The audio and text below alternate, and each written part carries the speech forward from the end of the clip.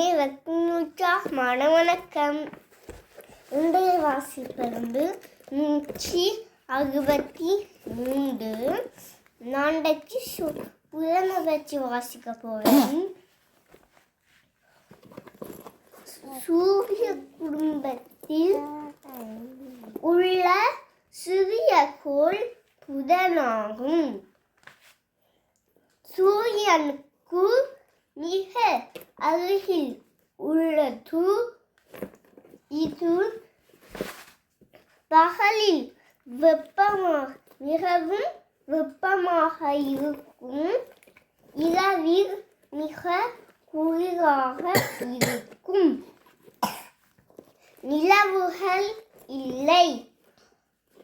வெறும் கண்ணால் பார்க்க முடியாது. பிடிச்சிருக்குதா? நன்றி, வணக்கம்.